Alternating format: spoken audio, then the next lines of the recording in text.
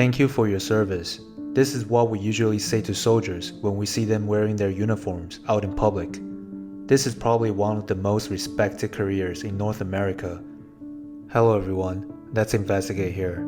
Today, we'll be talking about a Canadian colonel who was at the pinnacle of his career, but somehow he was linked to 2 murder cases, and the police discovered that he's got some special hobbies.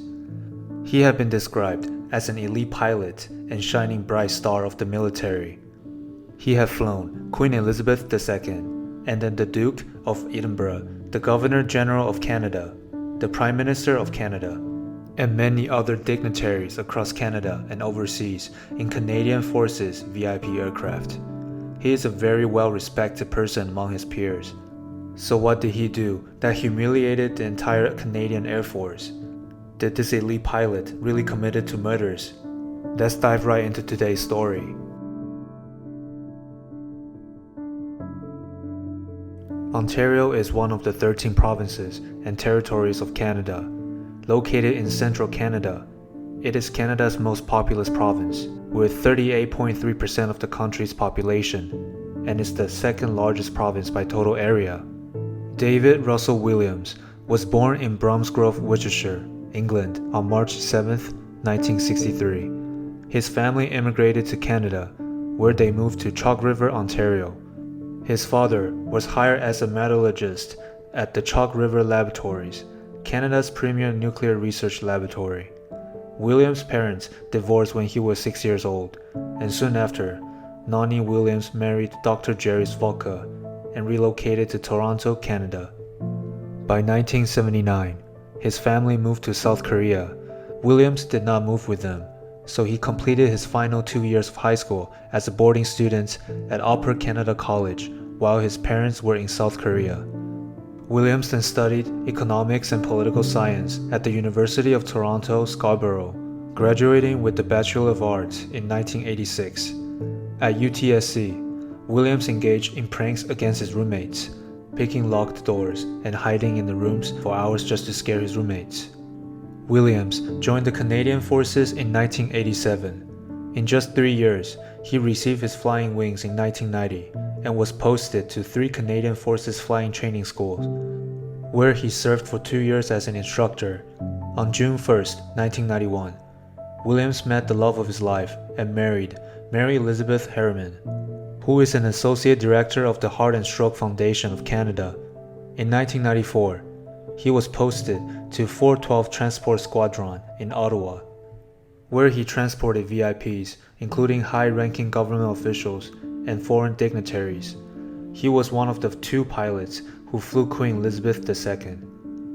He was promoted to Major in November 1999 and was posted to Director General Military Careers in Ottawa. In June 2004, he was promoted to Lieutenant Colonel, and the following month, he was appointed Commander Officer.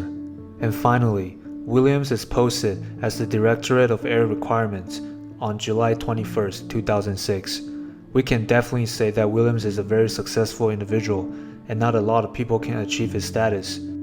On July 15, 2009, Williams was sworn in as a Wing Commander at CFB Trenton by the outgoing Wing Commander, Michael Hood. CFB Trenton is Canada's busiest air transport base and locus of support for overseas military operations. Williams was at the pinnacle of his career. We have to know, to be appointed as the Wing Commander was a dream for every Canadian colonel, and Williams achieved this at the age of 46. Just because Williams is a well-respected commander, what I'm about to disclose may shock you. He had a secret hobby, or a special hobby, that no one knows about, not even his wife. And when the news broke out, the entire Canadian Air Force was humiliated.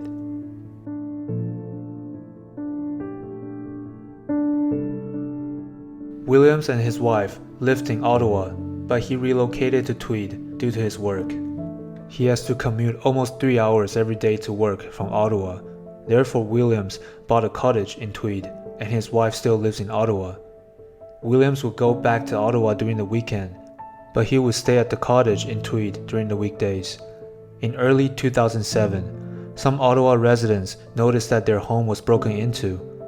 The thief did not take anything valuable, not jewelry, not cash, but lingerie.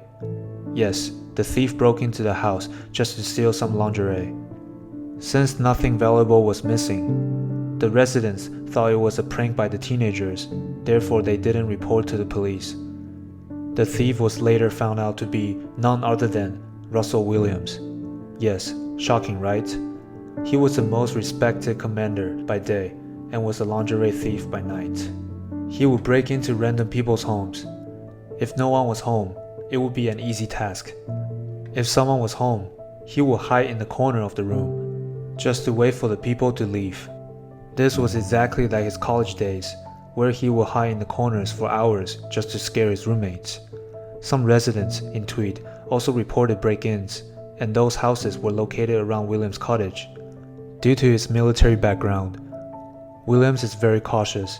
He often moved fairly quickly so no one caught him. In fact, the police would never have thought it was Williams, since he is the commander at CFB Trenton.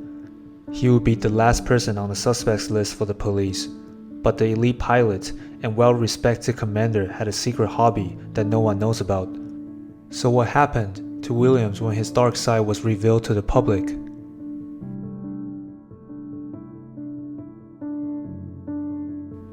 On the night of September 18, 2009, Williams broke into a house and assaulted a woman who was sleeping with her 8-month-old baby. Williams attended different community events during the day, and at night, he went to a random person's house and assaulted the woman. Williams was a role model during the day and a criminal at night. Just look at him, appearing on different television and attending different charity events.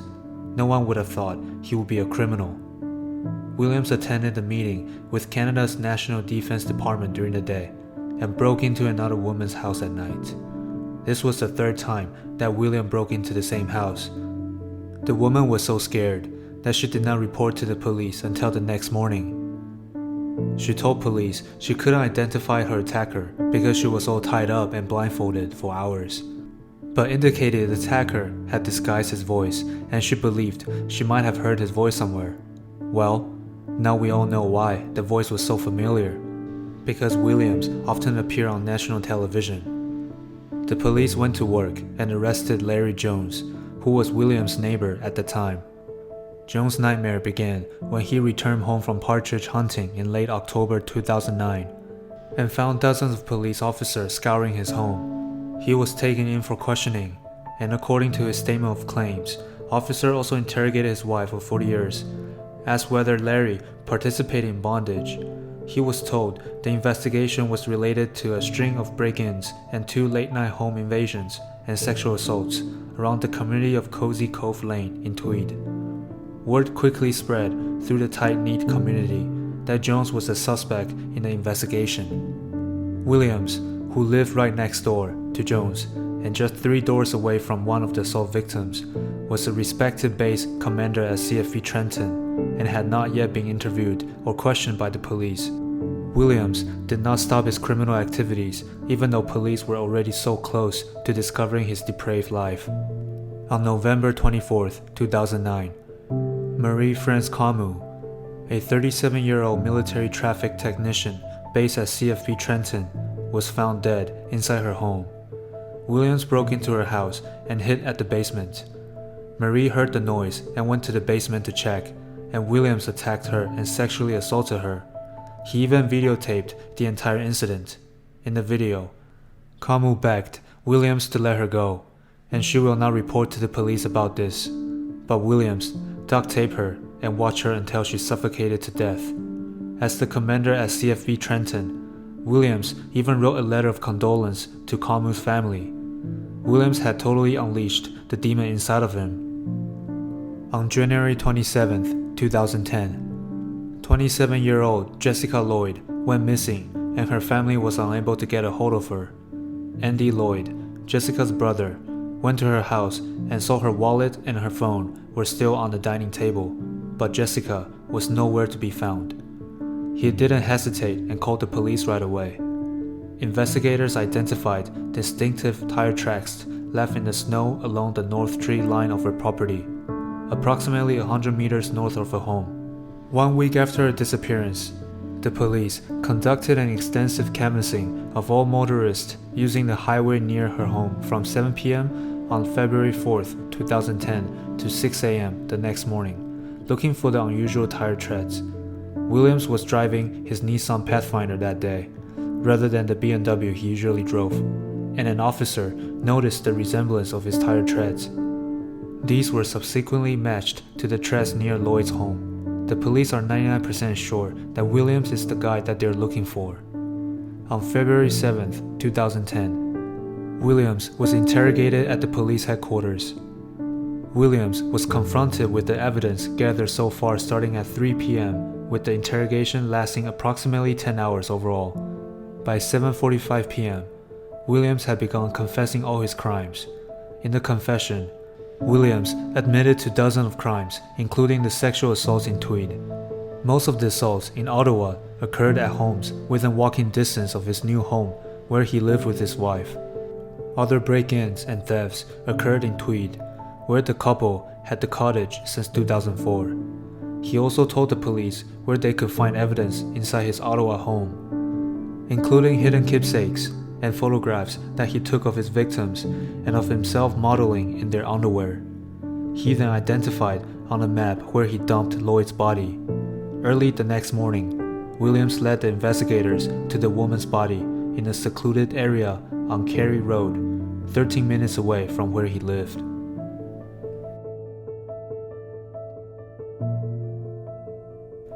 Along with the murder charges, Williams was charged with breaking and entering, forcible confinement, and the sexual assaults of 2 other women in connection with 2 separate home invasions near Tweed, Ontario, in September 2009. According to reports, the women had been bound in their homes and Williams had taken photos of them. Williams was also charged in the death of Corporal Marie-France Camus, who had been found dead inside her home in late November 2009.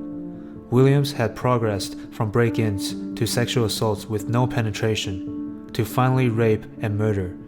He had kept detailed track of police reports of the crimes he was committing, logged his crimes, kept photos and videos, and had even left notes and messages for his victims. In a break-in into the bedroom of the 12-year-old girl, he left a message on her computer saying, "Merci," which means thank you in French. He had taken thousands of pictures of his crimes and had kept the photos on his computer. Crown attorney Robert Morrison presented numerous pictures of Williams dressed in the various pieces of underwear and bras he had stolen, frequently masturbating while lying on the beds of his victims. Williams was sentenced to 2 concurrent terms of life imprisonment with no consideration of parole for 25 years. The Governor General revoked Williams' commission and later medals, and he was expelled from the Canadian Forces for Service Misconduct, the most serious extant charge. After being returned to the forces, his uniform was burned, his medals were cut into pieces, and his commission scroll was shredded, these actions being similar to a military degradation. We can tell that the Canadian military wanted to cut all associations with Williams. Jones recalled that after the news about the death of Jessica Lloyd broke out, he bumped into Williams one day after he was about to go for a hunt. William invited him to hunt in the forest, claiming that he had some successful run in a particular area. If Jones would have gone with Williams, he would have left his footprint in the forest, where William dumped the body. Then it would be impossible for him to prove himself innocent. In Kingston Penitentiary, Williams tried to suffocate himself by swallowing toilet papers, but his attempts were unsuccessful. Later, he was transferred to Port Cartier, where he would spend the rest of his life. In life, we meet all kinds of different people. The people we met might not be as genuine as they seem to be. Williams is a well-respected commander, and we can say that he is a role model for the Canadian Air Force, but he turned out to be a malicious murderer.